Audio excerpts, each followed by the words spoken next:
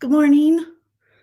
I feel like my brain is just getting like more and more chaotic as the time goes on. I thought like I'd be able to like get my crap together like as soon as you sorry, I need to turn up the heat. All of a sudden I'm freezing.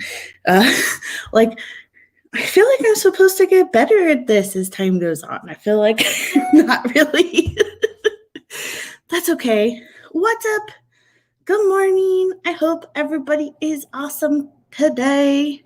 I got I don't know, nothing really exciting going on. The B Club Beginner B School started yesterday, and that's pretty cool. I think we had like over 40 people join, and that's so awesome because one of the goals of our local club is, to provide education to anybody who wants it, really. And so it's pretty awesome, I think. Here comes Dan. Hi, Dan. He says hi. And so, who is here this morning? So, Sandy's not able to make it. That's okay. Hi, Mr. Jason. Hello, James. Hey, Rodney. How are you this morning? I thought it was pretty funny when you thought I was pretty funny in my comments. That was a pretty good time. Howdy doody, y'all. In my words, holy cannoli. I'm so glad you're here, Brian. I hope you're having a wonderful day. Oh, Brian, I'm so sorry about you losing so many of your colonies. I hope the last one is really strong and is able to get through the rest of the winter. When does your winter usually end? Just curious. I have no idea. Hello, Miss Kate. You are now a Mrs. Kate. Congratulations. I hope it went well and was amazing, and I hope you tell me about it. Hello. We finally have, I think we're done with the super freeze. I mean, that could come back at any time, but we started having 40-degree weather yesterday. Oddly, like I hate the snow. Like I legit hate the snow, but I'm a little bit disappointed it's over. And I think that I'm just like I think I'm just growing up in the fact that like the snow is not about me, like the snow and stuff is like a beneficial for, the ecosystem and the environment and stuff like that. So I'm a little bit sad that we didn't get a little bit more because I know this year is going to be so hard on the bees. You have 23 degrees with ice and snow and could hardly open your car door. I've been there. Sometimes it's nice to have a little bit of bottle of warmish water, not hot water, warmish water to help with that. Negative 22, Kate. Holy cannolis.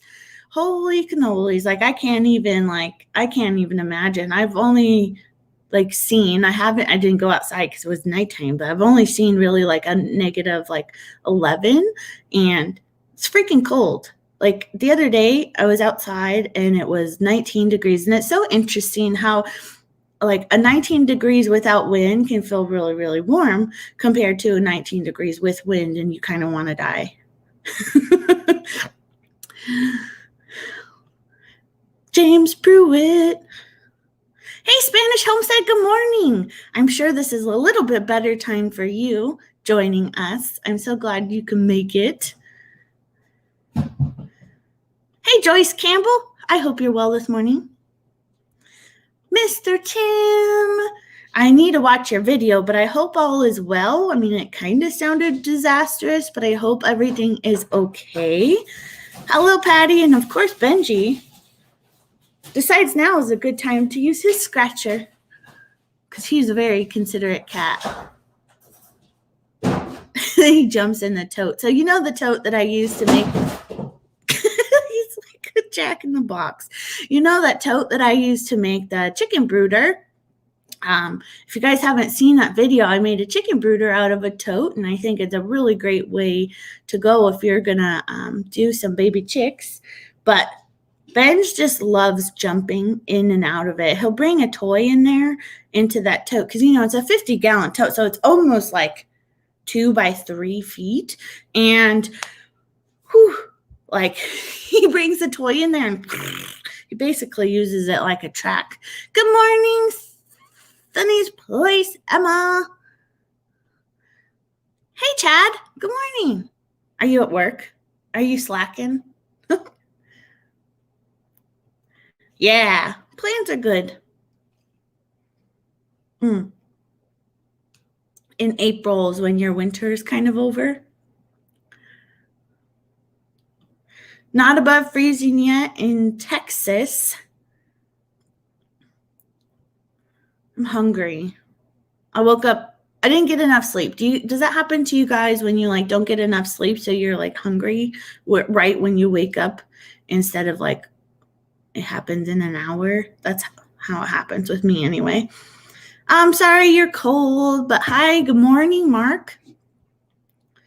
18 degrees for James. Now you know what I deal with most of the winter. Sucks. Bonded Oak Acres, good morning. I hope you're well today.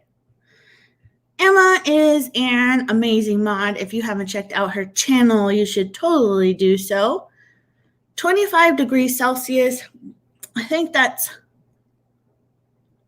pretty warm. Decently warm. But 6 p.m. and you're able to be a bit more alive. That's great. I'm glad. If you guys have any questions about, I do beekeeping. I have chickens, ducks, geese, quail. I have a really rambunctious cat named Benji, who's now scratching his scratcher again. I think, and then he jumped back into the tote. And he jumped back out of the tote. I wish I could get that on camera for you guys because he's just being crazy. Come here, Benj. Come say hi. Come on. Come on. I think he's coming. He's thinking about it. He's standing on the floor thinking about. But, okay, chickens, ducks, geese, quail. And I'm a beekeeper. And I have donkeys. And donkeys are the best. Rodney had to worry about tornadoes yesterday. Man, that is intense. Oh, here he is. Hi, Benj. Say hi. Say hi to all the people. Say, I'm a rambunctious kitty, and I don't like you holding me this way. It's weird. Thanks, Benj. Thanks for making your presence known to your biggest fans. Tim had baby rabbits. Jump out of the hutch during an ice storm? Oh, no. I'm so sorry. How did they jump out? That's so crazy. I need to watch that. That's crazy. Lunch break for Chad. Okay. I don't know. Hi, 24 channel. Lunch break for Mark. Hey, Thorhaven Farm. Good morning. I hope you're well today.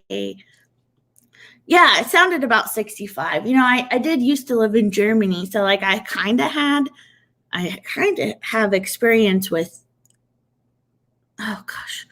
converting there's hair. It's probably from touching Benji, from converting temperatures, but it's losing me, or I'm losing it in more ways than one.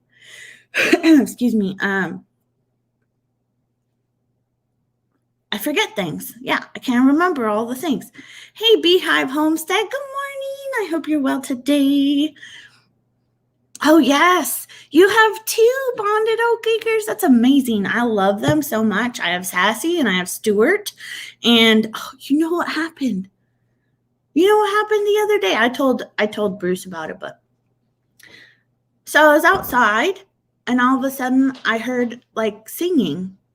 And I was like, I don't know what that is. So I texted my neighbor and I was like, are the kids outside singing? Because it sounded little. And I get up and I was like, I can't really tell where the sound is coming from. And I'll have to pull up the video too so you guys can hear it. So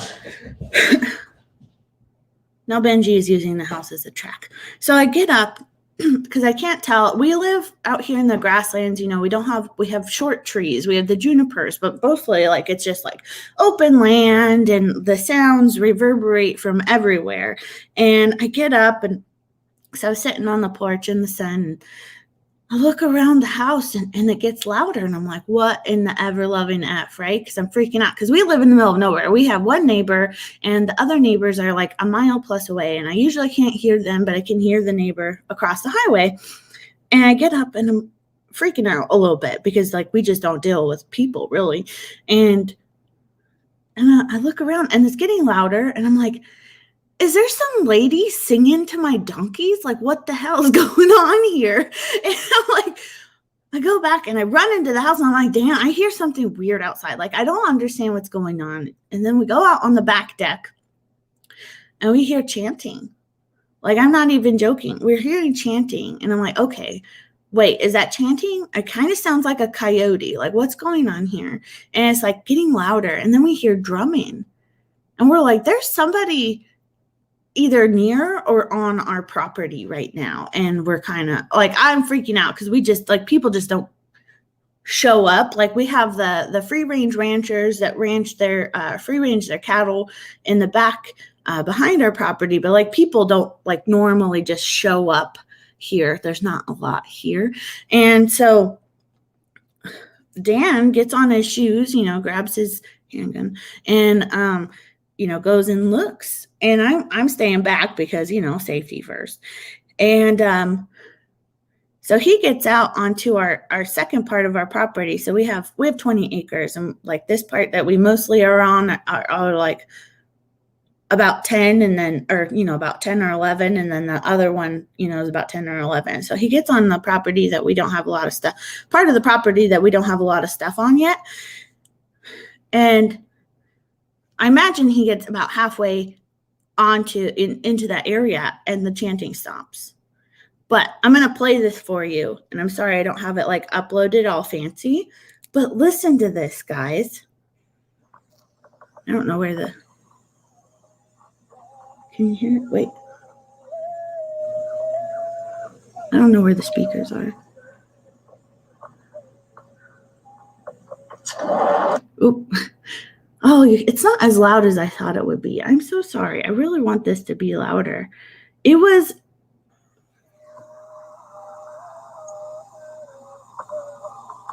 Anyway, I don't know if you can hear it, but the donkeys were like freaking out. They were like looking towards, the other side of the property. And I'm like, okay, well, if the donkeys are freaking out, they see something, they hear something, they're kind of wary warts. And Dan goes out there, and we don't find anything. Like, and I joined him about 5 minutes later, and I'm like, because I was getting a little worried, and I joined him, and I'm like, did you find anything? He's like, no. And we had snow. We had about 6 inches of snow. We didn't find tracks. We didn't find a person, nothing.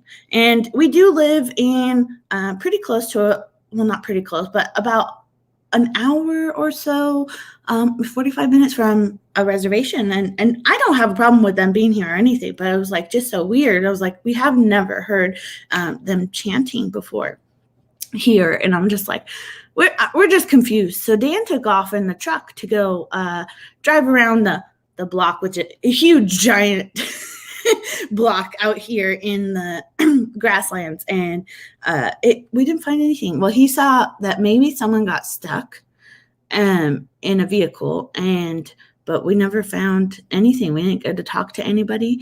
It like made me really anxious, like just because it felt like someone was like here in my world, and it was crazies. Okay, sorry. That was like a huge tangent.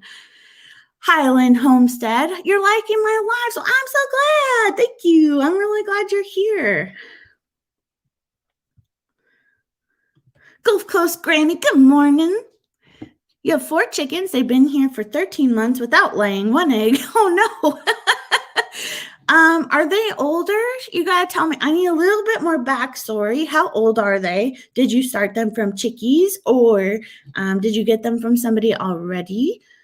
Let me know what kind of what are you feeding them and stuff? Sorry, it took me a minute to get to your question. 3 people died in North Carolina. Wow. Tornadoes aren't common there, are they? Like, I didn't imagine they would be. That's crazies.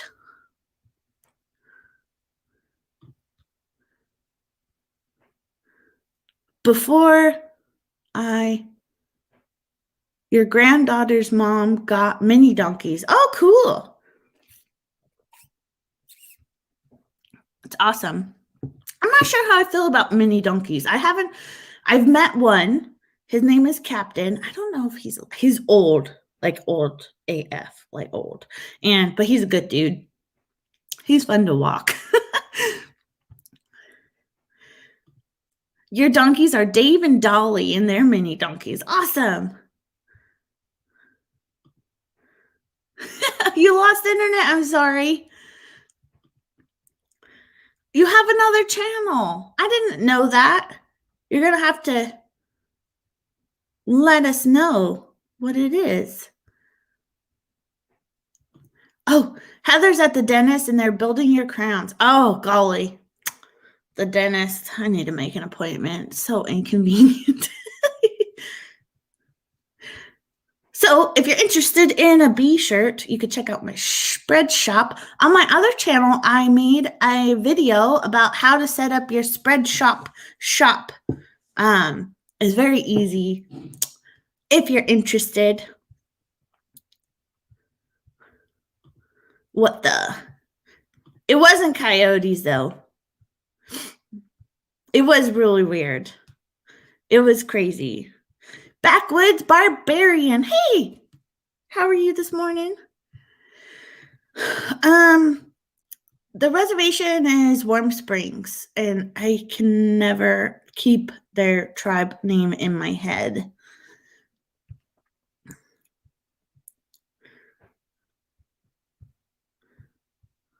Oh, you got them as 3-day-old, feeding layer feed and scraps from the house. You think they're defective? No, they'll probably start laying 18 months.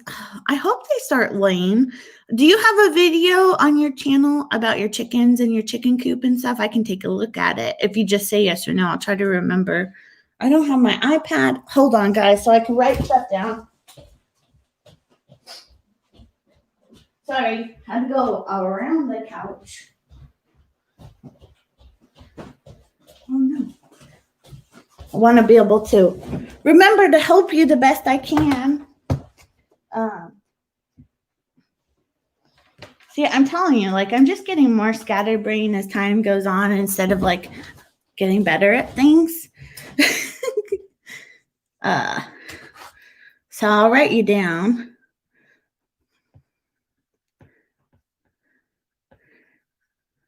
Sometimes, like it's often that they won't lay in the winter. And like usually they're pretty good when they're the first winter, but they should be laying. It's possible they might be eating their eggs. They definitely should have started laying last year at around 6-ish months old. And that's too bad that they're not laying for you. Hopefully you're providing them with extra calcium, providing them calcium and oyster shell on the side, or calcium, oyster shell, and grit, little rocks on the side is very helpful for them. But it is possible they're eating their eggs, and it's kind of hard to figure out because they eat the shell and everything. So you might have to like try and observe a little more. Have you heard any egg song coming from them? You know, when they make a lot of noise. If you do hear that, I would try and run outside and see if they're laying. A good indication that they are ready to lay, and it happens every winter. For me, when they're starting to lay again, their combs will turn bright red. When they're not really laying, the combs will be kind of like a dull, like reddish pink.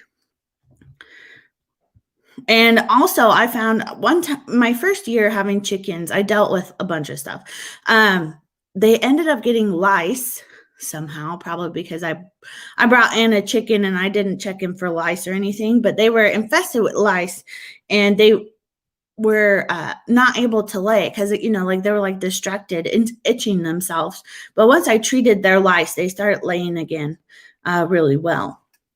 That was a thing. So like if they're like, if there's like a predator coming and checking out their coop and bothering them, they could be like upset and not want to lay. Like there's so many variables. And if you're able to have like a game camera or whatever to make sure nothing's bothering them at nighttime. And then you could also just put like a game cam or something in the coop. It would kind of be a pain in the butt, but just to see if they're actually laying, that could be helpful for you. Yes, if you could thumbs up the stream, that would be incredibly helpful. And let's see. Oh, see you, Patty. Need to do that. What you're needing to do. Oh, okay. Cottrell's Hunting and Trapping Outdoors, if you guys are interested in checking out his channel. It was scary, but like it was like fine. We were actually just really worried that there was someone out there. I don't know why they would be chanting if this was the case, but it was like about 20 degrees. It was snowing. It was really cold. There's only my neighbors across the highway, and there was no vehicles. So we thought maybe someone was in trouble. We wanted to make sure that no one needed help or anything. Like, we don't mind if people are around. We just want to make sure that they didn't need help. If they were cold or whatever, we would have invited them in for some coffee or something, which is nice that Dan's here, all the time working from home and since COVID. And so that we can do stuff like that without me being like, I'm not doing that for safety's sake. You set up a spread shop last night. Yay! Thank you. I'm so glad that it, weird. I'm glad that worked out for you. I have a couple new channel members. I'm going to turn off this banner now. I feel like it's been going long enough. Heavy Metal Chef and also Mama Bees and Outdoors joined my channel memberships on Buy Me a Coffee last week during, oh my goodness gracious. Were you guys here? Excuse me, I got raided by meanie trolls. It was hardcore. I know you're in, their coop is open style. You live under an oak tree. You're in South Mississippi. You shouldn't have to add lights. You're farther enough down where you're probably, you shouldn't have to add lights. Especially now that the days are getting longer. Yeah, we are safe. I'm glad I have, Dan's like 6'3". So I ain't scared, he got my back. Working from home today? Well, yes, of course. You naturally need to be on the YouTubes. Your daughter-in-law is Navajo. Right on. You have a video from when you got them and building the coop. Nothing lately, though. Okay. All right, Heather. Good luck at your dentist appointment. It's actually not cold weather that makes them not lay. It is the amount of sunlight. Just like someone was saying earlier. Sorry, my brain doesn't remember all the things. But to lay reliably, chickens need about 14 to 16 hours of sunlight. It's the vitamin D that helps them process the calcium.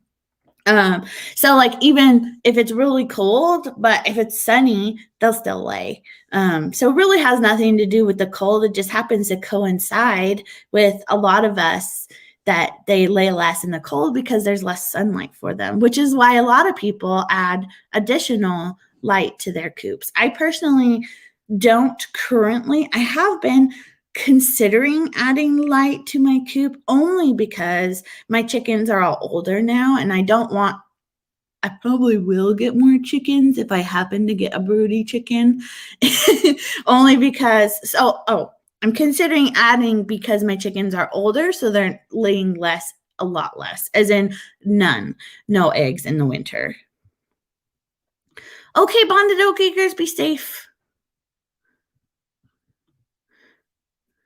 You thought about egg eaters too? Yeah, some people will say that they're eating eggs because because they're missing something, but I don't think that's true. They just think egg tastes amazing. And something to consider is if they're laying eggs and they're not for some reason getting enough calcium, and sometimes they don't get enough calcium from their feed. So providing additional calcium to them, like in a separate dish, is a good idea, just in case the feed that you have doesn't provide that, each chicken with enough calcium, because each chicken's going to have a different requirement for their bodies, so if they're not getting enough calcium, they'll often lay soft shelled eggs or really brittle shell eggs. And so when they lay it, it'll break.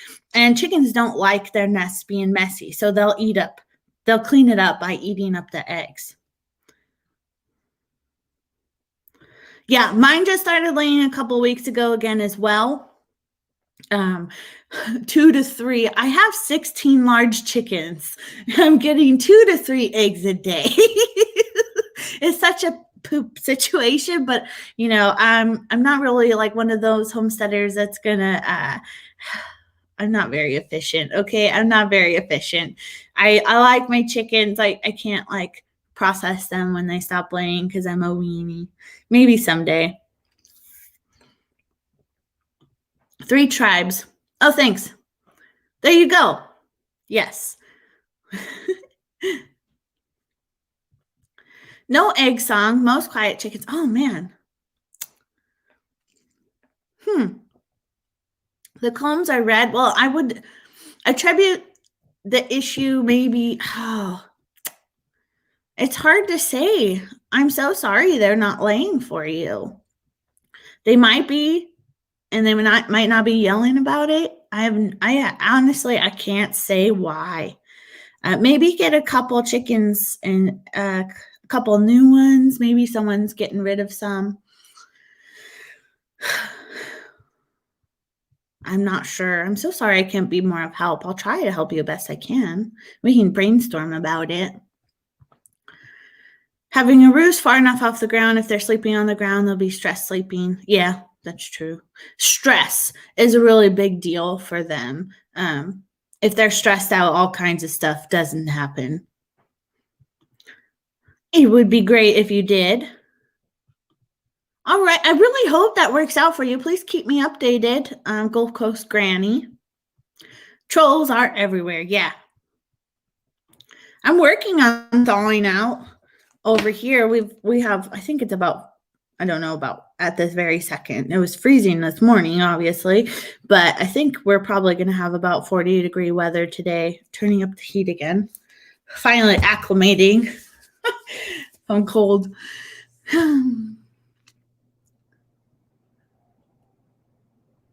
Chickens do really well in the cold, actually. Light is one thing, but they mostly don't need additional heat. Use lights in the coop for a while now. The chickens do just fine. Yeah. Haven't used lights. Yeah, they do just fine.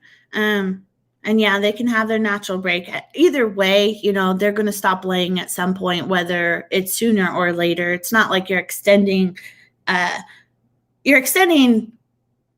the amount of time the chicken lays, but they're like, taking that away by not laying in the winter. So it's like you're going to get the same amount of eggs in the long run, because chickens have a finite amount of eggs that they can actually lay in their lifetime. And so it's just like, whether they stop laying sooner or later, whatever the way you decide to keep your chickens is fine.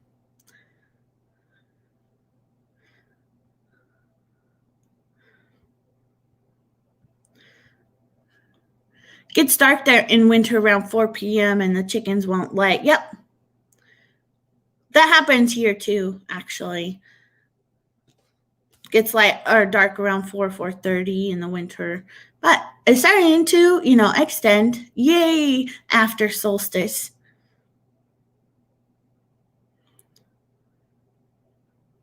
My chickens don't ever nest on the ground, but sometimes, stuff happens. For my chickens go to bed really early. They went to bed earlier when I had a rooster. He would make them go to bed at least 20 minutes before sunset, like dusk. every night he would make them go to bed. But now, like, no, they're still pretty good. My bantam chickens, however, they're late night partiers. They don't want to go in their coop when they're supposed to. Oh, waiting for your ducks to start laying? Brand new ducks or older ducks? I'm finding that I can't remember. Usually, I feel like my ducks should have restarted laying by now, but they haven't. I don't know. We'll see what happens. I hope they do because we want to hatch some baby ducks. See you, Mark. Glad you can make it. Have a great day. Okay, I made it to the bottom of the chat. Right on. So yeah, like not a lot has been going on. That was like really weird about the chanting thing. Having trolls come in my live the other day was like super crazy. They were, being kind of mean, but Sunny or Emma and Swarmstead were doing a really good job at keeping them in check. Probably, and not. They were just doing a good job. I don't remember where I was going. Hey, Liz. Good morning. Well, it's morning here. I know it's not morning where you are, but I hope you're really awesome today. Liz just put out a video about, it was like a tour, wasn't it? About your plot and stuff. I can't remember. I'm sorry.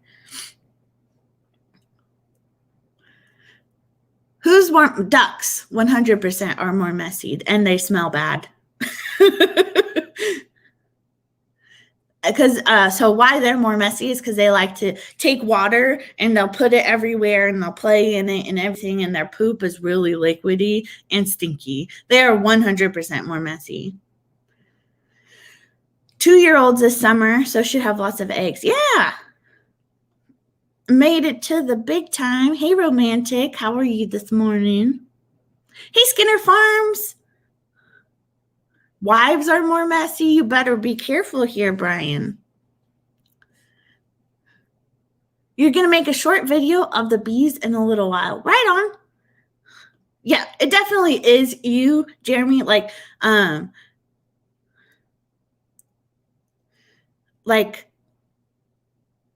Yeah, they projectile poo too. It's gross. A winter tour, right? Oh, only sometimes. if I come across it, I can remember sometimes. I'm glad you can make it, Liz. I hope you're have had, because it's like evening there, I think, have had a great day today. Oh, Spanish Homestead uploaded a garden tour today. Oh, it's probably it's 65 there, you said. Oh, I'm so jealous. You can do all of the gardening. Oh, if you guys haven't seen, I'm really excited about the short I posted yesterday, especially if you're new to beekeeping. I did a video talking about a couple of tips to spot your queen, so what she looks like, and I really enjoyed making it. It took way too long, guys. It took way too long. Took way too long. But I had really a lot of fun making it. And those of you who are here and are YouTube creators, I have a Facebook group called Friends of Farmstead Smith if you would like to join it. Oop, oop. Oh, see you backwoods, Barbarian. Rodney had a pool when you were a kid, and the ducks were the most awful. Ew, gross. Yeah, I keep my ducks contained because they're disgusting. They're quite lovely critters, but they're gross. And, I often don't recommend them. People can do what they want. But in my experience, I would not recommend them for people with smaller backyards because you know what they like to do? They find a little bit soggy, or they make a little bit soggy place in your yard, and they'll dig with their beaks in there and make holes everywhere. They just make all the holes. Bye, Thorhaven Farm. So much planted. Oh, well, thank you. I'm glad you liked the short. Hey, Michelle. Hey, Loden. Long time no see, friend. Yes, I love my ducks. They are super messy. And if you haven't seen the YouTube help channel that I have, there's a link to it there. If you're into it, that's why I have posted about making your merch store. Yeah, you've been so busy, man. Curious to see how they're doing.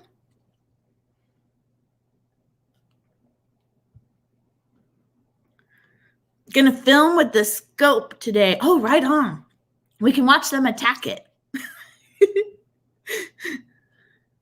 Merchandise. Yeah. Eva. I'm hungry, guys. I don't know. Oh, I'll probably have some eggs. I'll do eggs this morning after. So, what happened with you guys this weekend?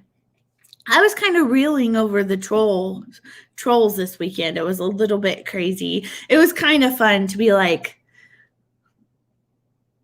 I don't know. It was like kind of fun that it happened because like it never happened before, but it was also like, wow. How did they find me? Emma's going to get merch next month. Oh, people are saying their pipes were frozen in Texas. That's crazy. You know, and I feel so bad for them. They had no way to really prepare for this. I'm sure like the local stores didn't like keep things and have stuff in stock to deal with freezing weather and snow and stuff. I just feel so sorry for them because and I'm not making fun of them at all because it's a pain in the butt to deal with this kind of weather and they don't know how to prep for it. They don't know the damage that the freezing weather can do. Our first winter out here, that was the winter that it got into the negatives. We had our drain pipes of all things, not our actual water, like the providing water pipes, but the drain pipes froze. And that year, I think we got like almost about 3 feet of snow in like December and January, and we had just moved in. So we like weren't prepared for anything. And the neighbor came up and brought us some like RV antifreeze to put down the drains. They're like, you're going to need this. Like, I guess that's just a thing that they do out here. But fortunately, you know, we figured out, you know, closing up the under house vents and stuff. And we haven't had that happen again, but we also haven't had it happen to where they were in negative temperatures. Oh, also, so Fleetwood Patch just made a video about how well his chickens did in negative 15-degree weather, right? It was negative 15. And his chickens are happy, hearty, and healthy. They do not need additional heat, at least at that point. Yeah, there's no way that they can prep like we can because they don't know. Hi, Katie Fenley. I hope you're well this morning. You got some snow there in Southwest Washington. You know, I'm in Oregon. I don't know if you knew that, but hi. And hunkered down and took care of the animals. Right on. Good. Shutting off the water is the first step, sure. Doesn't happen. Yeah, negative 15. And he even has, and I saw in his little coop, he has a really good ventilation window. Like that's, even when it's butt cold in winter, your chickens need ventilation because the poo, like Jeremy mentions in his video, the poo and their breath will create moisture in the air. And those are the kind of things, like if it can't escape, that's the kind of stuff that creates the frostbite situation. But I always have cold winter weather in the winter. My coop is kind of crappy, and it's not like I have at the top of my coop about, on both sides. I have it's a kind of like a lean roof like this. So at the top, I have about 4 or 5 inches of ventilation. And at the bottom, I also have the same. So it's not even that it's not drafty. It's pretty drafty in there, and the chickens do really well. And sometimes, and this is not super something I can control. I could probably change it, but they do okay. They're still kicking. I've not lost one chicken to cold ever. Sometimes I walk in the morning when if it was really windy and snowy, there'll be snow on the chickens because it blew in from those ventilation gaps, and they're fine. Oh, please don't put a heat lamp in the coop. They really don't need it. You could do light, but heat lamps are so dangerous. I help run a chicken group out here in Central Oregon, and we just don't get cold enough in most of the Pacific Northwest to warrant an additional heat lamp. Every year out here, someone burns up their coop and their chickens with heat lamps. It's just not worth it, and it's just not necessary. But a light, for additional light to get them to lay, that's okay, and is a lot less of a fire danger.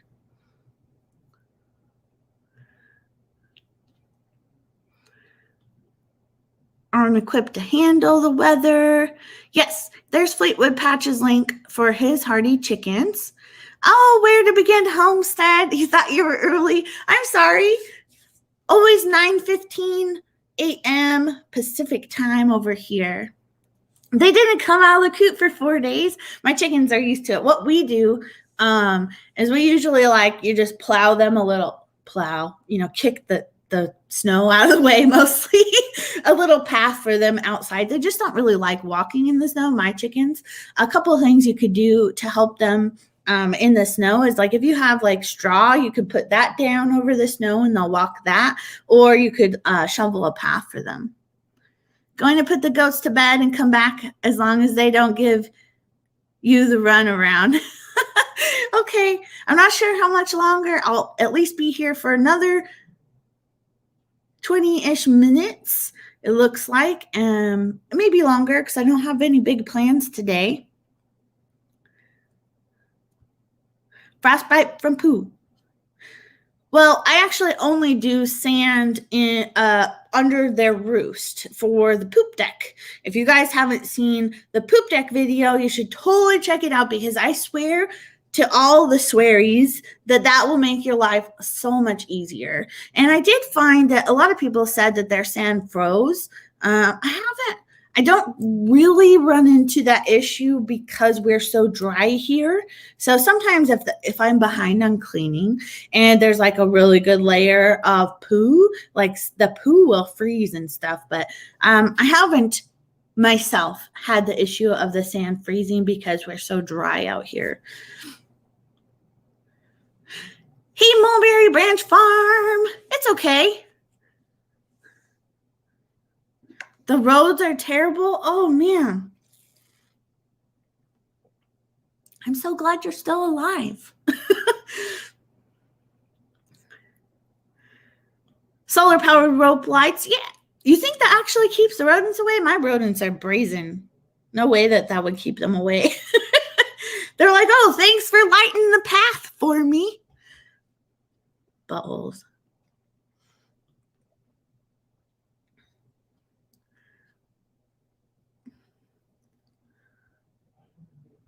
I think I keep saying this. I may actually provide light for them next season. And do maybe the rope light things. I've been really thinking about it. I also said that this last year, and I just didn't follow through. I guess I just don't care much. Care enough. No, Lawden, you can just hook up Nightbot, and you don't have to use OBS or Streamlab for it to work. I'm using StreamYard. You can just connect Nightbot to your channel and it works.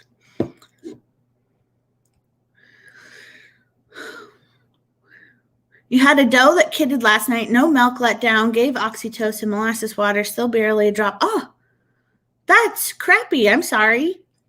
I hope you can figure something out. Are you getting any? Did you grab any Do you typically grab any colostrum from other does right when they birth in case of stuff like this? Just curious. My poop deck video, if you play a drinking game talking and you say poo, you're going to get plastered. So be careful. Don't do that. Pondering Creations. Oh, Aquatics Pondering Creations Farm Treasures. Cool. Right on. Good morning. 8 inches of snow in the last couple days. Still kicking. Elena, good morning. Hope you're well today.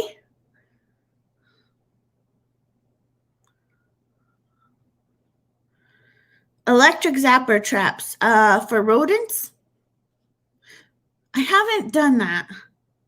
What ones do you use? Oh, that's okay. I'm glad you came. Yeah, super easy. I'll probably do a tutorial here on my other channel in a couple weeks. Bettina, good morning. I hope you're well. Heck yes, it's so important to grab some of that liquid gold. Oh, she's talking about colostrum. And, you know, I am not a pro at goats or sheeps or anything. I just kind of learned from friends who have them. So don't think I'm a weirdo for knowing random bits. Hey, Maya Bell. You know what I'm trying to say. Good morning. I hope you're well. Oh, good. We'll try the CMPK. What's that? I missed it.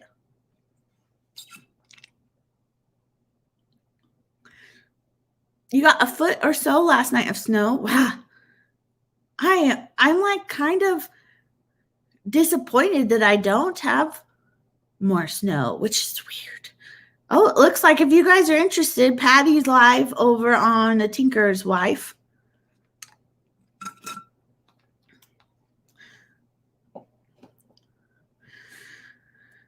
Oop, oop, oop. Oh, good.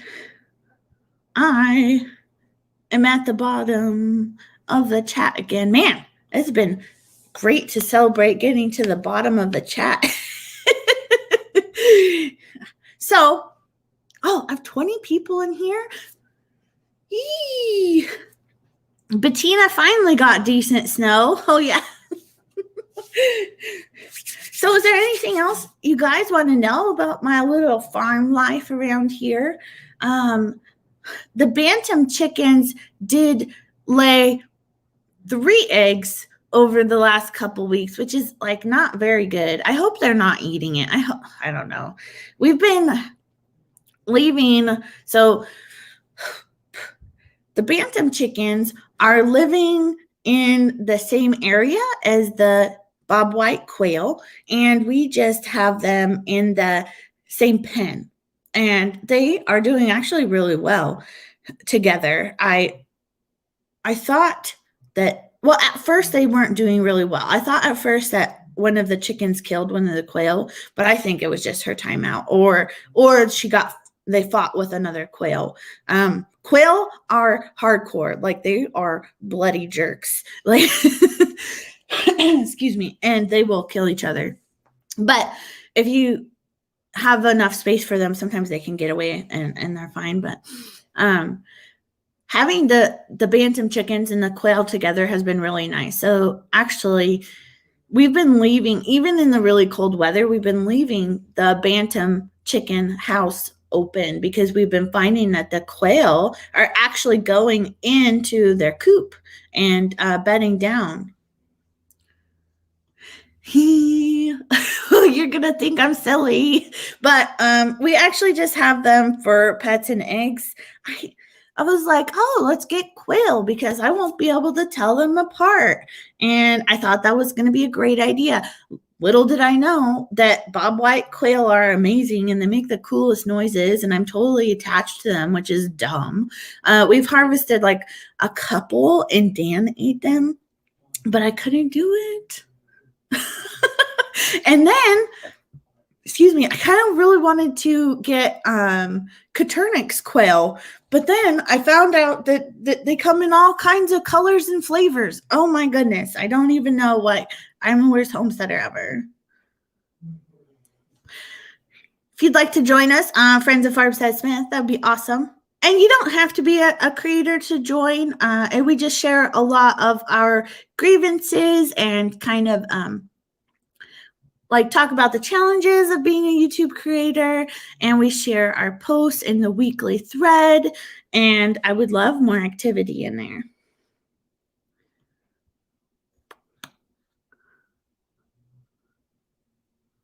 If you're interested in joining my little monthly membership, I will, shout you out various times during my lives like I do, like here. And it's a good time. And I appreciate you guys supporting me and helping me out. I'm really excited, to be able to save up for stuff towards the channel and everything. I've made pets out of everything, Bettina. The one thing though, I'm considering, and it just hasn't happened yet because always so many things to do, on a farm. I do know that if we get like meat chickens, like the Cornish cross, they're meant to be eaten. They're meant to be butchered at like 12 weeks or so, 8 to 12 weeks, I think. And if you don't, they're going to suffer. So if maybe I did those, it wouldn't be so bad for me. I do worry about my mental capabilities of actually eating something that I kind of personally knew. I did tell Dan that it might come down to where he just has to take care of them and I don't interact with them. I don't know. It's something we're going to have to work out if we're going to go. I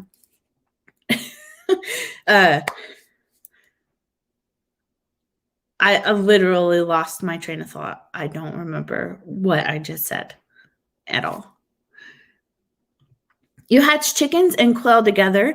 The quail thought the chicks were, I know, that's so cute, huh? I've done it before and they're adorable. The quail chicks are so cute. And I'm excited this year. So last year I did hatch quail underneath my bantam chickens when they went broody. And actually, like the first time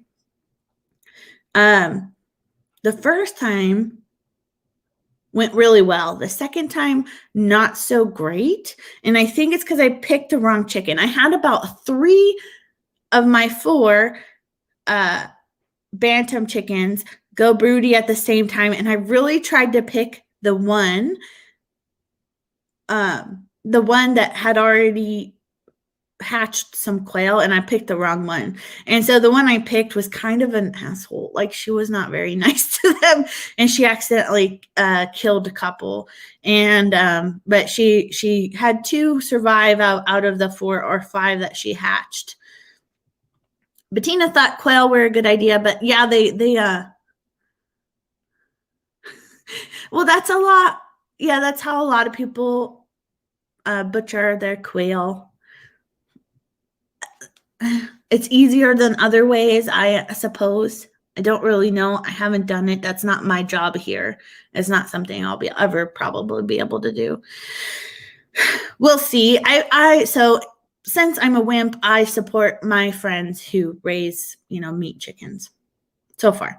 So there's either in the US, I forget where you are, Bettina. I know you're from Germany or have a parent from Germany. I think you live in the US. So basically you can get Coturnix quail or bobwhite quail. You'll probably need a permit for bobwhite quail. Coturnix quail don't always need a permit, but Coturnix quail are the ones that are meant for meat and eggs. You don't have to harvest them for meat, but they lay more and more reliably than the bobwhite quail. the bobwhite quail, which is what I have, are native to the eastern U.S. They take a really long time to mature, similar to the length of time that chickens take to mature. And then the other downside about them is that they lay very seasonally. So my quail, the bobwhites, they lay from like late April, May to September, and then they're done for the year. That's it. But the Coturnics, they're more similar to chickens in the way that they lay more often and more reliably. Excuse me. Additionally, they mature in 8 weeks. So you can get 6 to 8 weeks. You can start, they're adults at that time, and they're supposed to start laying eggs at that time, and they're full size. So if you're looking for something more sustainable and quick, the Coturnics are the way to go, and they are the most common quail to use for meat and eggs. There's, of course, other quail that you can get, but they're not, they're not super meant for like utilitarian use.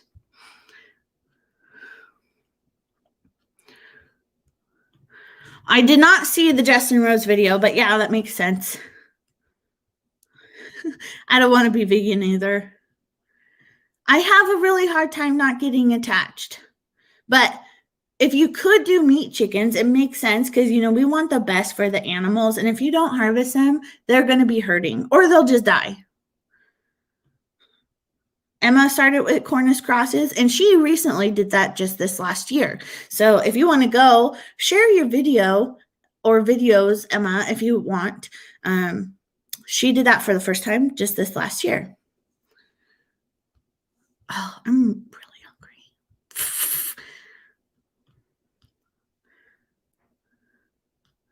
Also, not sure if you know, but wear gloves with the quail eggs. I haven't actually ever had a problem. I do know that my quail were older last year, so they were laying a little bit less, and I think the boys weren't as fertile as usual, but in the past, I was getting 100% hatch rate. So, but I know that they're older, and so like stuff just isn't reliable. So I haven't really had an issue with that. But now I'm basically, because I don't really like brooding them in the house, I might do some this year just to like make videos about it. But I much prefer to have my animals do it. So hatching them underneath the bantam chickens was like, took so much off my plate of having to deal with cleaning the brooders and, oops, sorry, I tried to close a notification and it went someplace else. It takes a lot off my plate. Yes, home-raised meat is much better than the stuff you get at the store.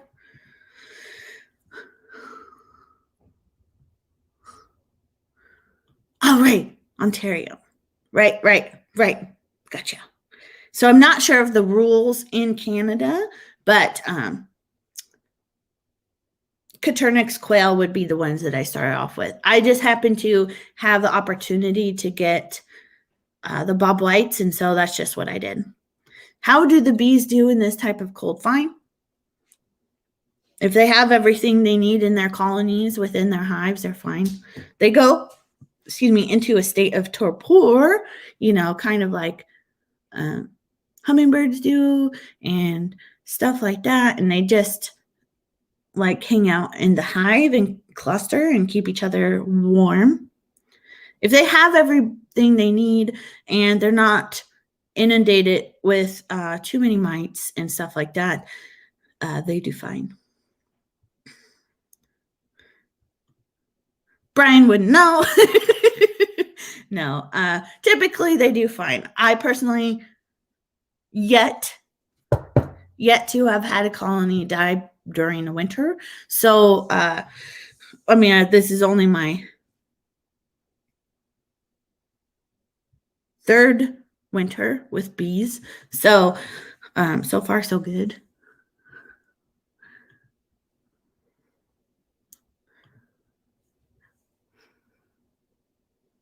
Well, they are noisy, actually.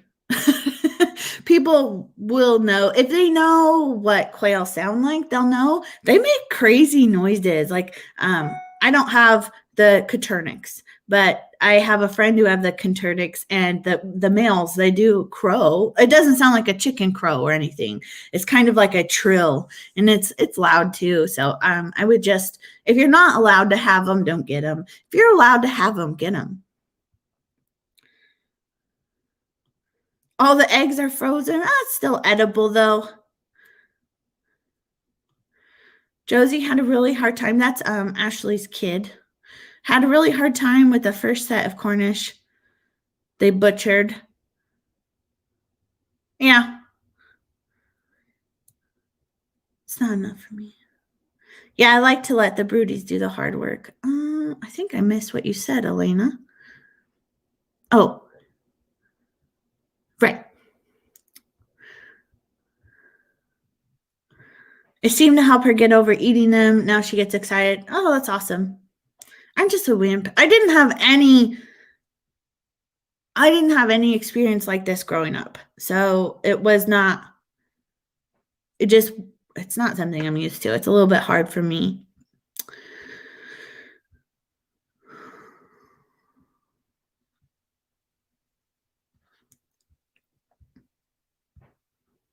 Lost 2 hives 2 years in a row. Oh, sorry. That stinks.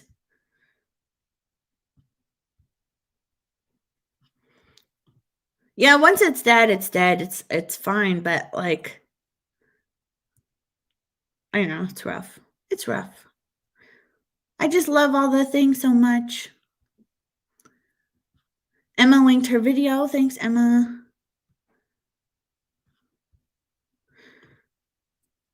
Jeremy's really looking forward to learning about bees. I'm excited to share with you. Yeah, I mean, something to consider is that, yes, every flower helps, but just, plant whatever you can. Do a lot of native plants, because while honeybees are important, native bees are more important than honeybees. And we've recently kind of found out that they do compete with the native bee population. And of course, natives are just more important for, the world to keep going around. And so that wasn't a burp or anything. I'm just making funny faces. Do plant a lot of native flowers if you can. And oftentimes the honeybees will use the native flowers too. But it's not often, always. Well, no, I'm going to not finish that sentence because I don't think it's true. Never horses.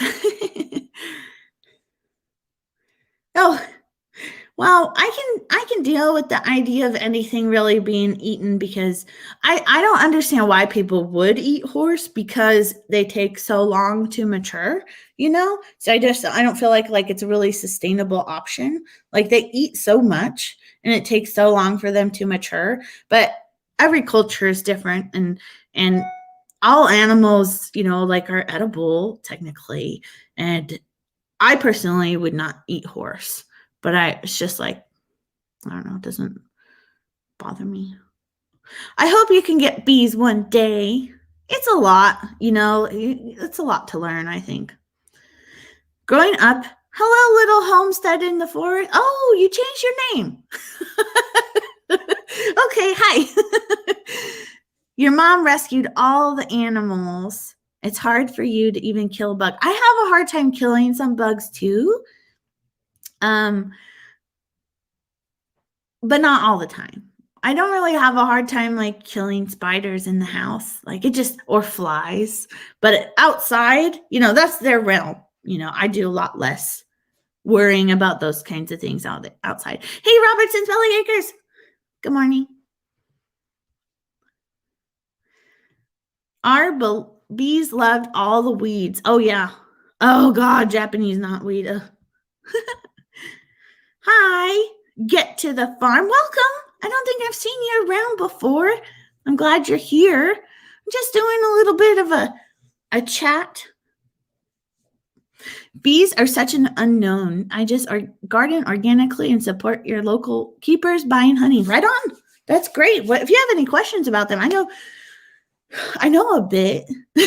I know more about honeybees than I know about native bees, but I have a couple years ago I volunteered with the Oregon Bee Project, and we were collecting native bees to get a population numbers. And it's a really cool, excuse me, frog in my throat. Really cool project that they're doing because no one's ever done it before. And knowing what there is out there in various locations can help everything in the long run. It was really fun.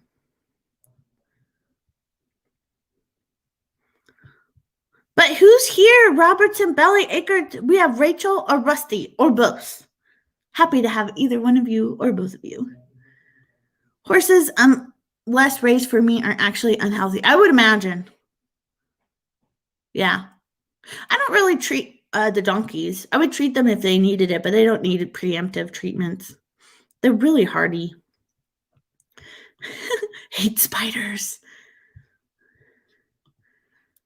Horse meat is easy and cheap out here. Go to the slaughter auctions. Oh, no thanks. You never know what they're treating with.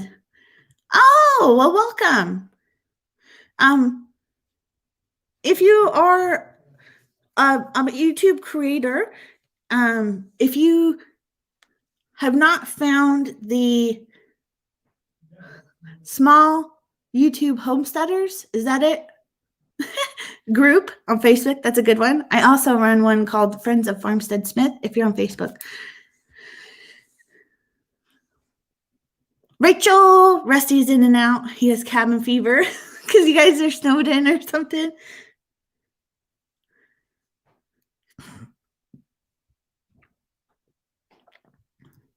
Well, bees aren't going to go to the wheat fields. So that's not a huge worry. Working on getting a channel set up.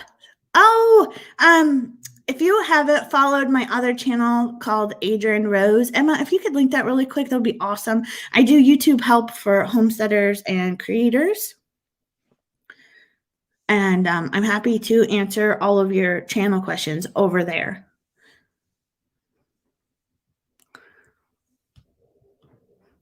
Bettina has become quite fascinated with bees. She rescues them when you can and love to pet the big fuzzy bumblebees. That's great. I rescue my little bees out of the water and the native bees and everything too. And they're all so awesome. Your family was like, why are you buying honey? It's expensive. I used the first quart on your own, then ran out and they taste it fresh. Oh yeah. My first year harvesting my honey, oh man, it was so good. I got so excited though because I had people help me get my first hive. And so I needed to give, back to them. So I sent, them honey, and then I kept giving away honey because I was so excited and it tasted so good. And now I'm like, well, I need to make sure I have enough for me first before I get all givey away. This fall, you bought 3 quarts. Oh, I use so much honey. I can't even count it right now, but I need a lot more than I saved for myself. I've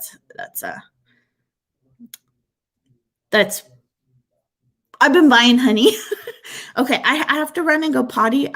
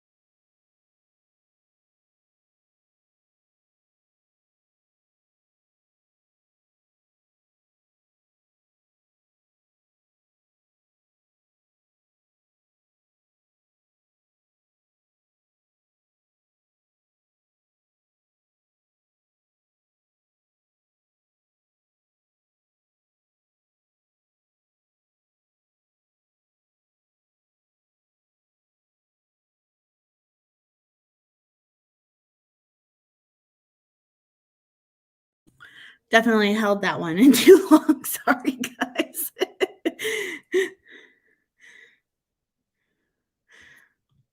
Thank you. I'm glad you think so. You dream of having beehives, but you're allergic. I wouldn't do it then. It's not worth it. Just support your local beekeepers. I mean, me. Well, okay. So are you actually allergic in the way that you get, the throat closey stuff? What is that actually called? I know there's a word. Anaphylaxis. Anaphylactic. I think you know what I'm saying. If that happens, then no, don't do it. But if you just swell up where you get stung, that's a normal reaction and not and like a severe allergic reaction. Almost everybody swells up. If it just swells up at the location, so you got stung here and your arm, gets swollen, that's normal. But if you get stung here and then your other arm starts having symptoms, or you have other, hives or symptoms other places on your body other than where you have been stung, then that's an actual allergy and something to consider. I would, if I were allergic, I would not keep bees. It's not worth it. They're a lot of work. You can't just have them and in my opinion, not everybody is like this. I feel that you can't just have them and put them out there and not take care of them. And they're just a lot of work. And nothing's guaranteed with the bees. Like, you're not guaranteed to get honey. You're not. So it's a lot of work for a little return. If you were interested in doing like native bees, like mason bees, they're a lot less likely, like a lot less likely to ever sting you unless you squish them, or handle them meanly. I've held bees and stuff and they don't bother. But if you're allergic, don't risk your life. It's not worth it. Pay for the honey because it's not cheaper either, really, to have bees for your own honey. It's a lot of work. Donkey question. When can you feel a full... I don't know. That is not something I have experience with. There's a really great donkey Facebook group called Our Donkeys, OUR Donkeys. And that's probably one of my more favorite Facebook groups about donkeys. I could like it really quick.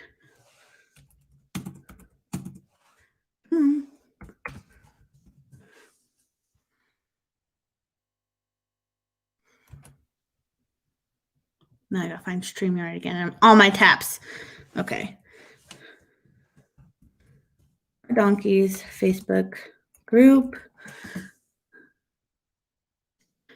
course, that would happen.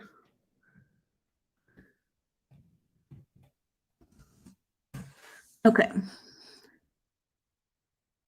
Yeah. Thanks for linking my YouTube help channel. Bye, Jeremy. Have a great week. I know when you can feel a go baby move. Yeah, donkeys, I have no idea. That's not something I've done here. I kind of had this little fantasy of breeding Sassy, but I really don't need a donkey. I don't need another donkey. We don't need them.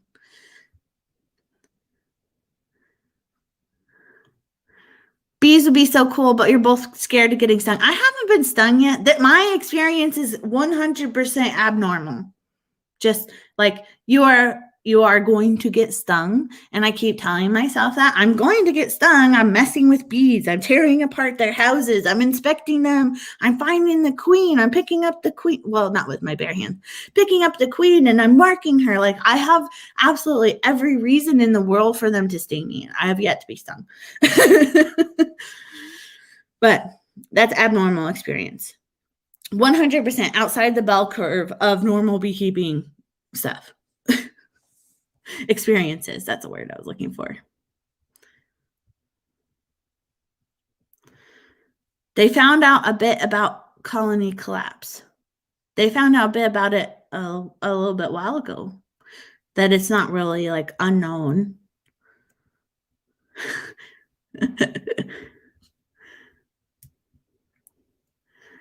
Someone wrote tinkle time. Oh, there we are. Tinkle time. Maybe I need a t-shirt like that. Watering the animals 500 times a day. Oh, editing is all I do.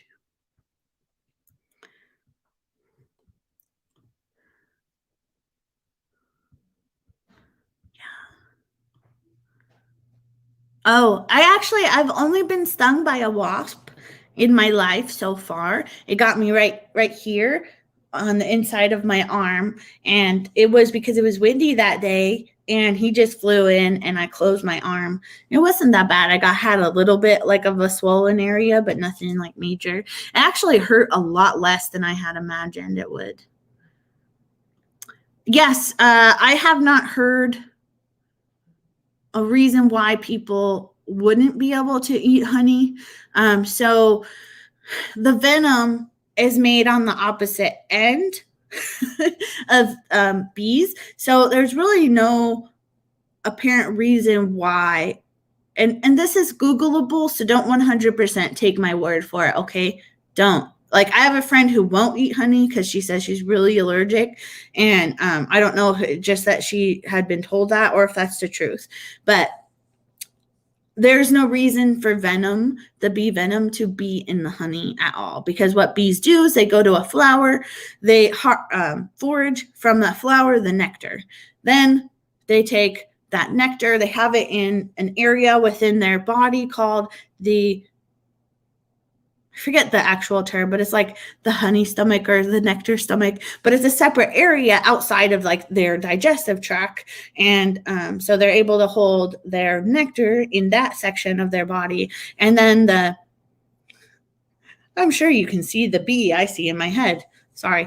And then the venom sac is close to the end of their body. So like bees aren't going to like just expel venom for no reason. They have to like, poke something. Oh, not enough heated water buckets. Oh, I have no more coffee. If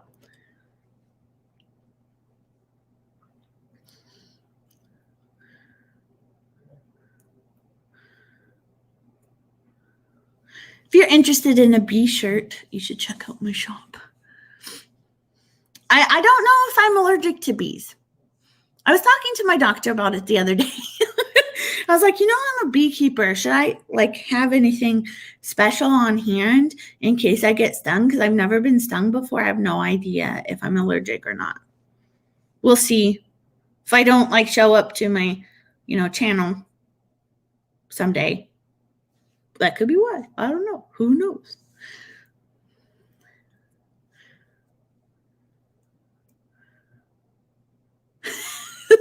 Dang it, Adrienne. I'm sorry. You keep getting mixed answers on that. You will check the Facebook group.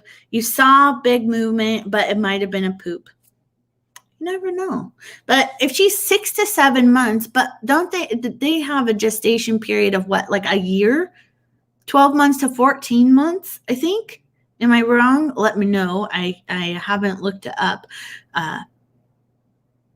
purposefully. That might be a little early.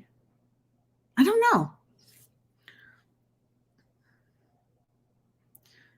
See you, Brian. Thanks for coming.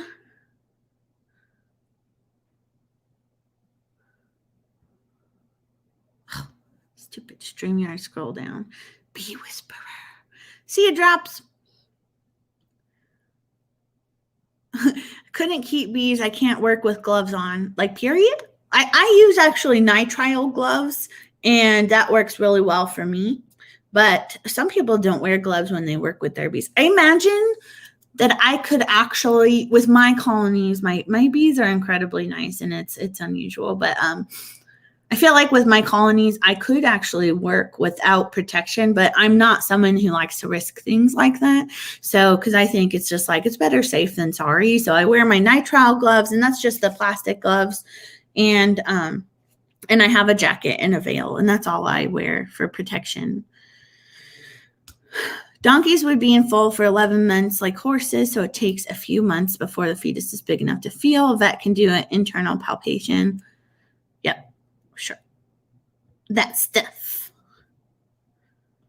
Ooh, be editing tonight. I think actually, like I did some deep thinking this weekend, and I'm not putting out a long video here this week. And that's just, I think I might be a little burned out. I might just need a break. I don't know, but I decided to give myself some grace this week and not post a long video this week. I did my really cool bee short, which I think is really neat. And that's just going to have to be enough. I've been feeling a lot of pressure, burning, the midnight oil and staying up incredibly late trying to get stuff edited because it just takes me an incredibly long time to get things done. And there's various reasons for that, mostly my lack of self-discipline. And it just takes me a really long time. And I'm working on it, but I think I need a break. I have zero inspiration or idea of what I could even film this week and get it done by the time I would prefer to get it done. So we'll just see what happens.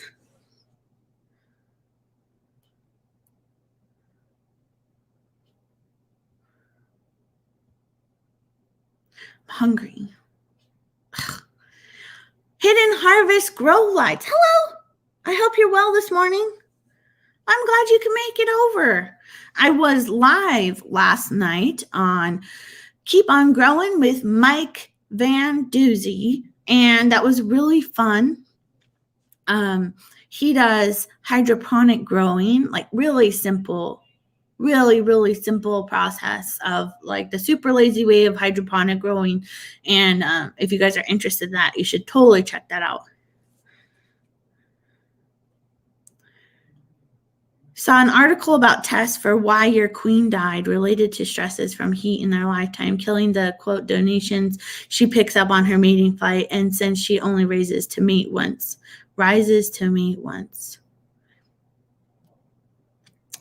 She actually can go out on multiple mating flights over the course of some days. And when the queen mates, she mates with multiple drones. A lot, like a dozen or more. If they're available, that's always a variable that you don't know. Like hopefully the drones are out there in the world looking to mate, and then she mates with as many males as she can on her mating flight. But she can actually go out multiple times. But she only does it like once in her, like that short period of time, once in her life. That's true.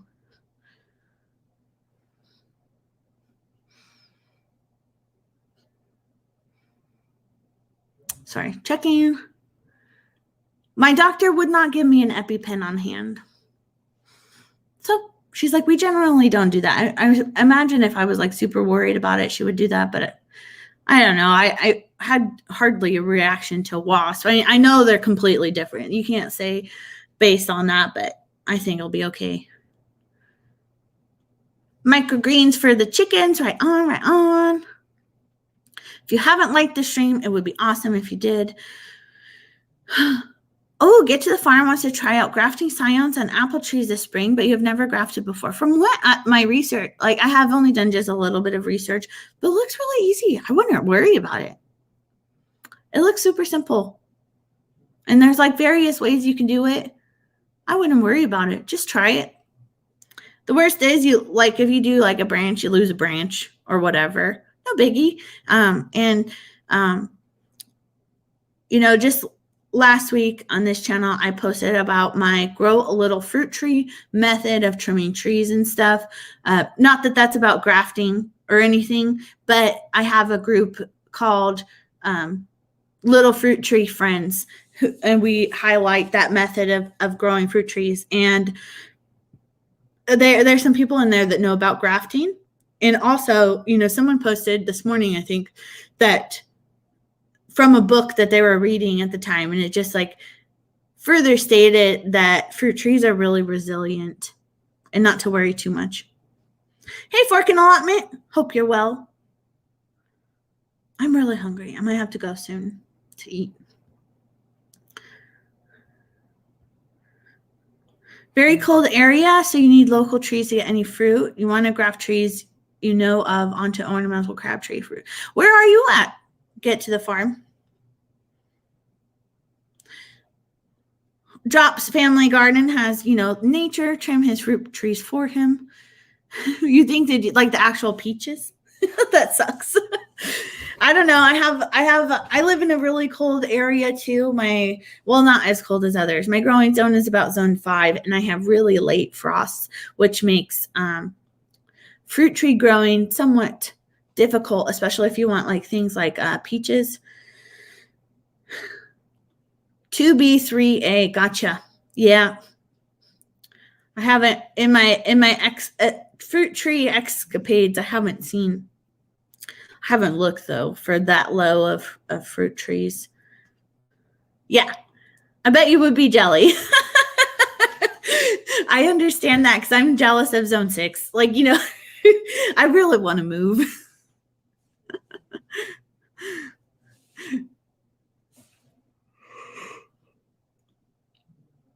Yeah, you should definitely try it. I don't see the harm trying it. You should. Be sure to post about it. I think it's awesome. Yeah, if you're interested in the video, it's actually doing pretty well. It's got really crappy retention. But it's doing really well, I think, for my videos. And Ashley from Mulberry Branch Farm really encouraged me to post a longer video. I was worried that no one would care or want to watch that much. And the analytics show that they don't want to watch that much. So I have about a 17% retention rate on that video, but it's really cool anyway. I'm getting a lot of views on it. And the reason why it's so long is because I really wanted to walk through my process of my decisions for what I was trimming on the trees. And the view rate is good. And for one of my videos, the watch hours are pretty good. I just have poor retention. I'm sure it's boring. I knew it would be boring to people who weren't interested in pruning their fruit trees in that manner. So it was I had low expectations for high interest. We can get frost any day in the summer too. And yay, someone else with a similar growing season. We could grow together, get to the farm. My last frost is usually mid-June, and my first frost is usually the beginning of September here in the high desert of Central Oregon. It's a B, that's for sure. Hey, Mark Russell. Hope you're well. Right. I think it's just, I'm still a brand new channel. I just started this channel in August, and I think YouTube's still trying to figure out where to put my stuff, which is totally fine. I have no problem. I think things are going pretty well. Oh, thanks, Ashley. Yes, it does count for all the things. And I appreciate the positive feedback. And that's why I wanted to keep it that long. I didn't think, because that process is new to me, trimming fruit trees in a manner to keep them small, or trimming fruit trees in general, pruning rather, is new to me. And the book really encouraged you to go with your gut. I really just, I wanted to share that with everyone else. And I'm really excited to see how it goes. And I have high hopes. Low expectations, but high hopes on it going really awesome. I think it's going to go awesome. I mean, I probably won't get fruit. I don't know. I don't have high hopes for that. I really want to. I need to go on Amazon and buy some Christmas lights, the ones that still make heat, and also frost cloth to put over the trees to help retain the heat when they start blooming, because we'll probably get late frost after the peaches bloom and stuff. So trying to keep those buds from freezing is really important process of, getting fruit. New seed area for you this year. Started them early to perfect the spot before you do new seed area, before you do your main batch. Right on. Yes. And it's because it's all about microclimates. Zones really tell you nothing except for your lowest temperature of the average lowest temperature in those areas. And that's an important thing of growing perennials. That's about it.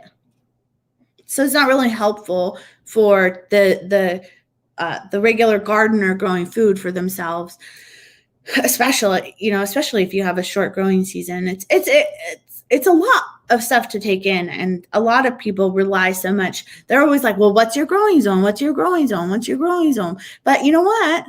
In most zone 5 areas, their last frosts are in like March and April, not June. So it really depends, it depends on elevation, what's around you. It's crazy. Drop finally got off his lazy duff and planted your lavender starts. Oh, cool. Borage, chamomile, lemon balm, and hyssop. Hyssop? I don't know how to say it for sure. Bees love borage. Yeah. Oh, it's like such a major generalization. The growing zones is it's almost useless to know unless you're doing a lot of perennials, which is important too. Perennials are amazing, but for the regular like food gardener, almost irrelevant. And then you could just send them, if you're new to gardening, I have 2 videos for the absolute beginner gardener that I've made so far. If you do have any like gardening questions that are pretty general for beginning gardeners, I would love to hear them. I might be able to make a video about it if I can answer it. The first one is are the 3 most important things I think a beginning gardener should know, and it covers going over your finding your zone, because it is relatively important for perennial plants, finding your last frost date, and finding your season length, because your season length, other than your last frost date, is one of the most important things to know for your garden area, because then you can figure out which seeds to buy and be more successful. That's important too. Your 100-foot tunnel is around zone 7-8. It's 40 degrees. Nice. I had someone actually reach out to me yesterday who lives in town close to me, and he sent me some videos about what he does to beat our crappy growing time. So he actually grows all the things inside. He made he has a building. I don't know if he made it or not, but it was for a hot tub, I guess, but he changed it into a growing room, and he's growing full-size tomatoes with hydroponics, I think. Sorry, it was just a quick video. I don't recall everything, but he's growing full-size tomatoes, full-size plants, like not even like the mini tomatoes, determinate. He's growing indeterminate varieties, and it looks like it's going really well. I want a greenhouse, but I also am like, I'm not ready to learn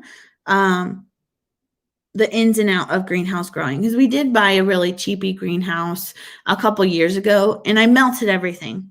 Like the plants I melted them. It was like 60 degrees that day, and it got to like 120 degrees in that stupid greenhouse, and it killed everything. You started microgreen fodder for the chickens this week. Nicely timed. Nice. Have you done, I don't know what microgreen fodder is necessarily, but I have grown barley seed for the chickens, and they love it. And barley, like if you can get whole barley at your feed store, it's so cheap. Like I think I got like a 50-pound bag of barley, whole barley, not rolled, at the feed store for like under $15. And I could do all the fodder with that. It was really easy. I just am too lazy to do it now.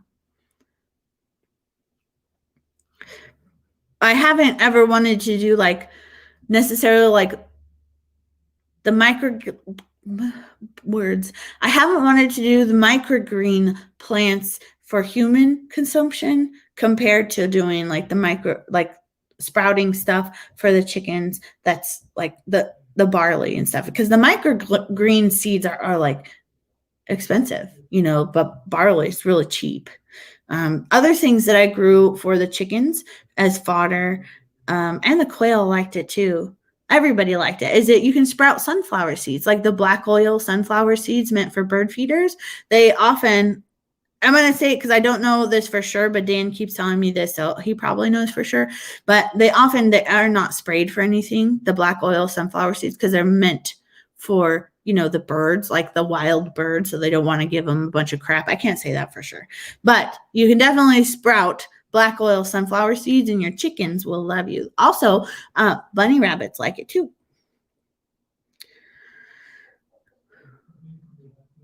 Forkin has a polytunnel and greenhouse connected together. Right on. They'd like Sunny's Place would like to build a +2 to 4 zone. Oh, greenhouse. Yes. I would love to plant some citrus trees. Where to Begin Homestead has lettuce, carrots, spinach, leeks, and other stuffs growing in there. Nice. Yeah. Winter growing for like greens and stuff can totally be done in stuff like that.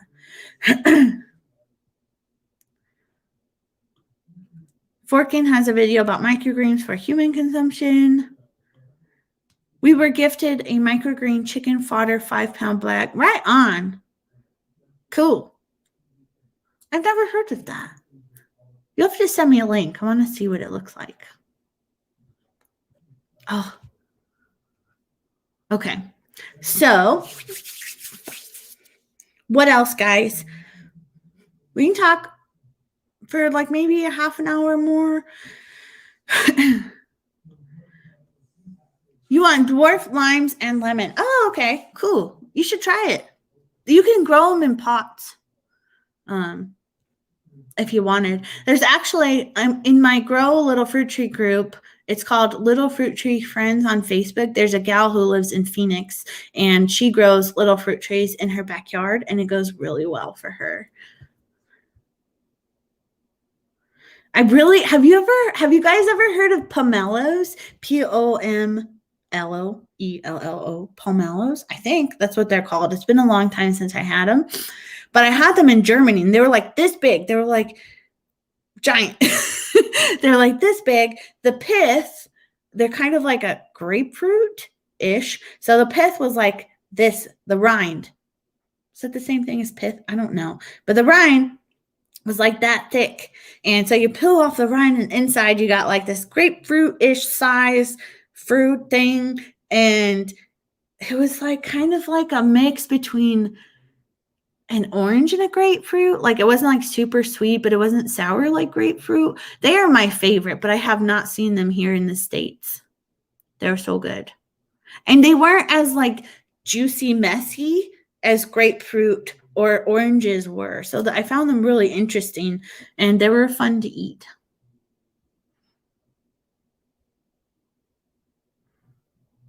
Pomelo, yeah, they're good. Have you seen them here in the States? Maybe I'm just looking at the wrong places. Maybe I have to go to some place like Whole Foods or something. I don't know even when they would be here, to be honest.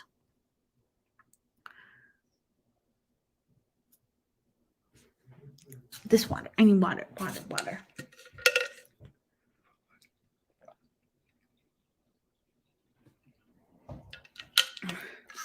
I forgot you're not on Facebook, Lauden.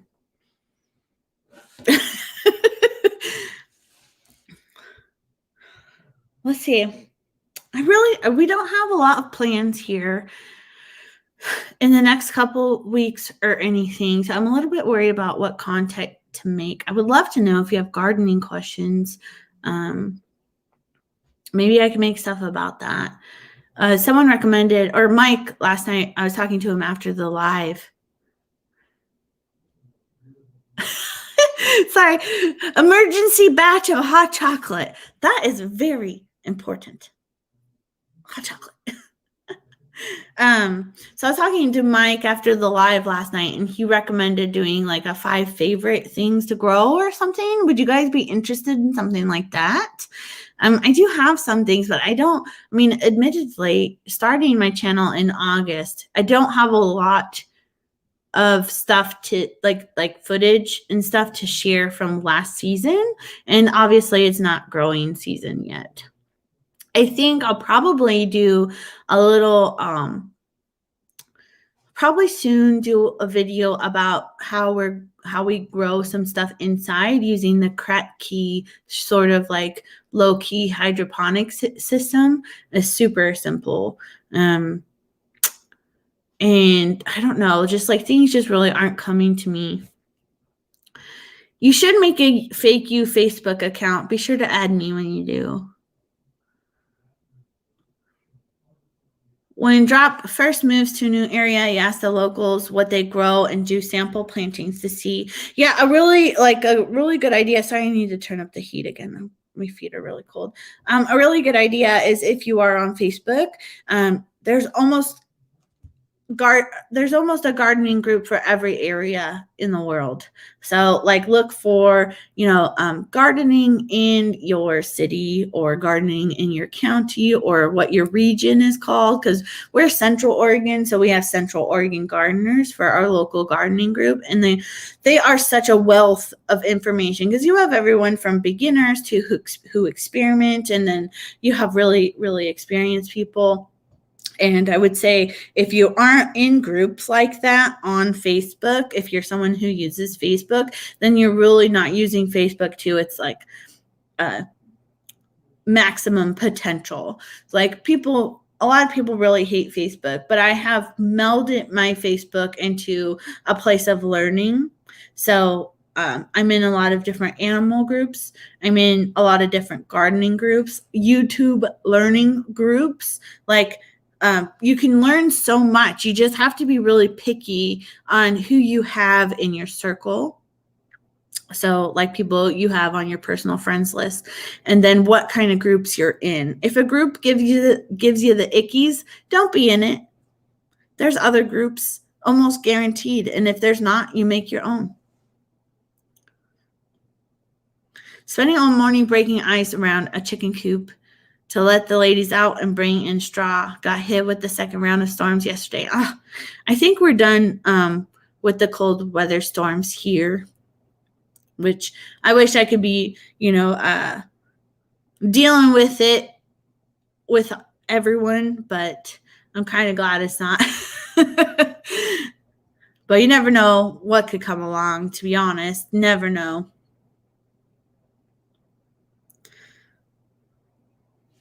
And I know that there's a lot of people who are experiencing really difficult times right now, and I feel terrible for them.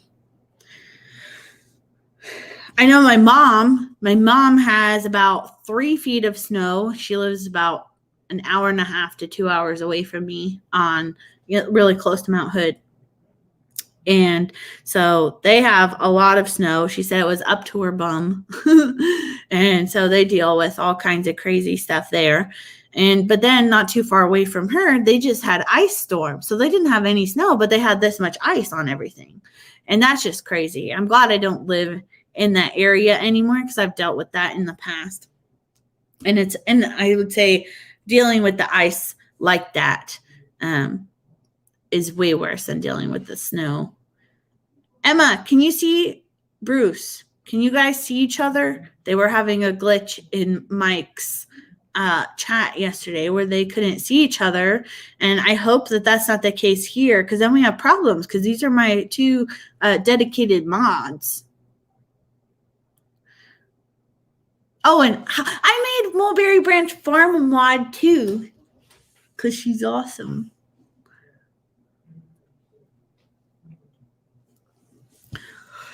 Okay. Round 3 will be tomorrow, and round 4 will be Friday. But hey, calling for 34 degrees next Monday. Woohoo! T-shirt weather. Can't see Emma. What the heck?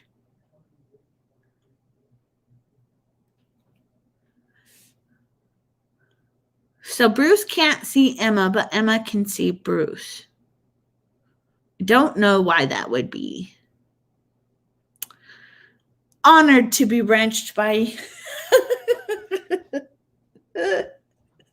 We went in a whole thing on Ashley's live last week about wrenching people, and it was kind of naughty, but really funny. Because Emma's been wrenched multiple times by me. I don't know how you guys can deal with that issue of not being able to see each other. That's a little bit worrisome. I don't know how y'all could fix that at all.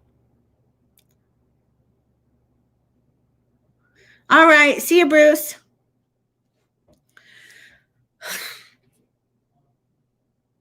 Okay. You guys are going to have to prompt me to talk about some stuff. I think I could stay on for about 15 more minutes before I might like dry up and blow away because I'm really hungry. Winter lasagna. Ice, sleet, snow, more ice on top. Ugh. Awful. I can't remember where you guys are. I don't know. Kentucky? Alabama? I can't remember. I might remember someday, Red Silo. I might remember. Did you? You saw the video. I made the video for you on setting up your merch shop on Spreadshop on my other channel. I hope you guys had a chance to watch it. Kentucky! Yes! Okay, Drop. See ya. You have a list of wrenches now for people you're going to add as mods. Okay, thanks. I appreciate it. I can't believe I remember Kentucky. Yay.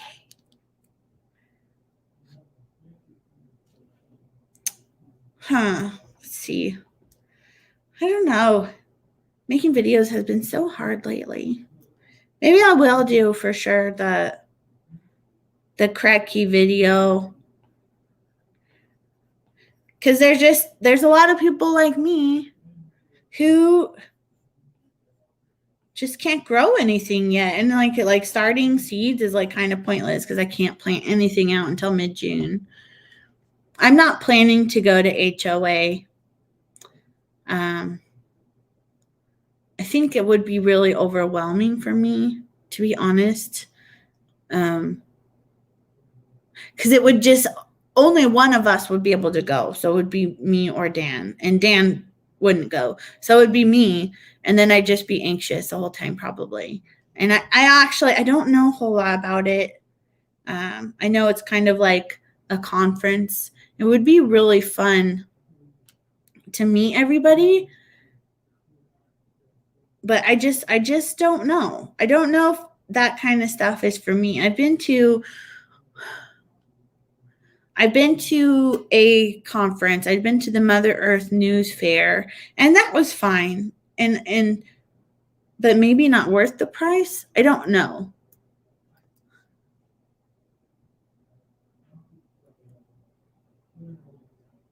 The caravan to HOA.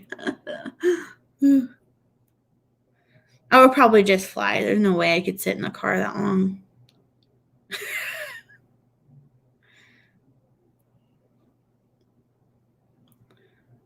You bought a bag of sweeties at Costco.